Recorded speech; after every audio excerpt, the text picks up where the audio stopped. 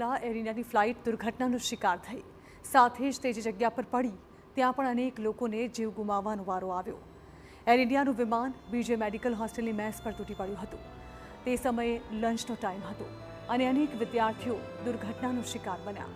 જોકે દુર્ઘટના બાદ મદદે પહોંચનારા પ્રથમ રેસિડેન્ટ ડોક્ટર્સ જ હતા. મેસ પર પ્લેન ક્રેશ થયાનો કોલ મળતા જ 5 થી 10 મિનિટમાં જ જુનિયર ડોક્ટર્સ એસોસિએશનની ટીમ ઘટના સ્થળે પહોંચી. વિમાનનો એક ભાગ ડોક્ટર્સના રહેવાના સ્થળ અતુલ્ય બિલ્ડિંગ પર પણ પડ્યો હતો. ઝડપથી 2 ટીમ બનાવી બચાવ કાર્ય શરૂ કરાયું, પણ એ દિવસને યાદ કરતા આજે પણ ભયાવહ દ્રશ્યો આંખો સામે આવી જાય છે. તો અમારી ટીમ ફટાફટ 2 ભાગમાં ડિવાઈડ થઈ અને રાહતની કામગીરી ચાલુ કરી દીધી. તો યુજીની મેસમાં જે સ્ટુડન્ટ હતા ત્યાં જુનિયર ડૉક્ટર એસોસિએશનની સાથે સાથે યુજીના ઘણા બધા સ્ટુડન્ટ પણ ત્યાં રાહત કામગીરીમાં લાગી ગયા અને ત્યાં જે ઈજાગ્રસ્ત વિદ્યાર્થીઓ હતા એમને ફટાફટ બહાર કાઢી અને હોસ્પિટલમાં એમને યોગ્ય સારવાર મળી રહે એની રાહત કામગીરીમાં લાગી ગયા. પ્લેન ક્રેશ જ્યારે થયું ત્યારે તો અંદર ગેસ સિલિન્ડર્સ પણ ફાટતા હતા અને બધું ડેબ્રી અને ધૂળ ને બધું ત્યાં જ પડેલું હતું. તો એમાં અમને સમજાવવાનું નહીં કે અંદર જવું કે ના જવું, પણ થોડું ટાઈમ પછી બધું શાંત થયું તો અમે બધા અંદર ગયા. જેટલા પણ અમને અમારા ફ્રેન્ડ્સ દેખાણા એમને લઈને સિવિલ હોસ્પિટલ પહોંચાડ્યા, ટ્રોમા સેન્ટર, અને અમે ટ્રાય કરતા હતા કે જેટલું પણ અમારાથી ડેબ્રી છે, જે પથરા અને રૂફ પડેલી છે એમને હટાવીને જેટલા પણ અમારા ફ્રેન્ડ્સને ત્યાંથી સેફલી ઇવેક્યુએટ કરી શકીએ તો એની અમે ટ્રાય કરતા હતા. અનેક રેસિડેન્ટ ડોક્ટર્સનું કહેવું છે કે તેઓ આ ઘટનાને ભૂલી શકતા જ નથી.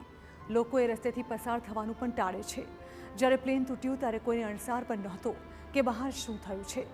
જ્યારે નીચે ઉતરીને જોયું ત્યારે બધું જ ભડકે પડી રહ્યું હતું. કેટલાકને આ ટ્રોમામાંથી બહાર આવતા અનેક દિવસ લાગી ગયા.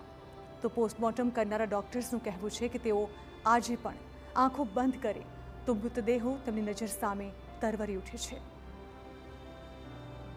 એક મારો જે અનુભવ છે હજી બી એ વસ્તુ મારી સામે આવી જાય છે કે જે આપણે જે નાઇટમેર કહીએ, રાતનું જે ખરાબ સપનું કહીએ, કે જે એક ડેડ બોડીનું મેં પોસ્ટમોર્ટમ કર્યું હતું એનું ડિસ્ક્લોઝ નહીં કરી શકું, પણ જે અત્યારે બી પ્રેગ્નન્ટ લેડી હતી અને એનું મેં પોસ્ટમોર્ટમ કર્યું હતું તો એ હજુ મારે સામે આવી જાય છે અત્યારે.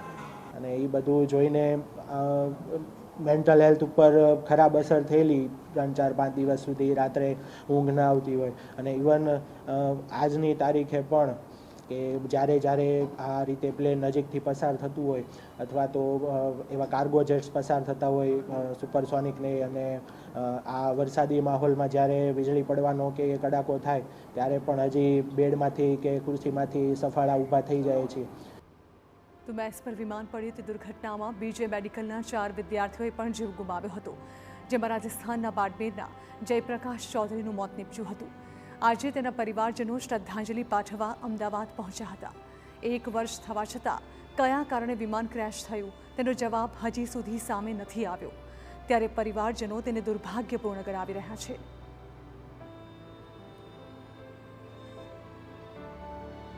एक साल होने को आया है लेकिन आज दिन तक उसका कोई कारण पता नहीं है और जांच कहाँ रुकी है, क्यों रोक रही हैं या हो नहीं रही है, उनका ईश्वर जाने.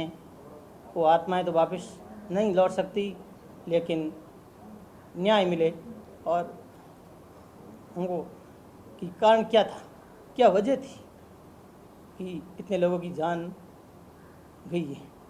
प्लेन क्रैश हुआ था, वो मैस में खाना खा रहा था और उसमें डेथ हो गई.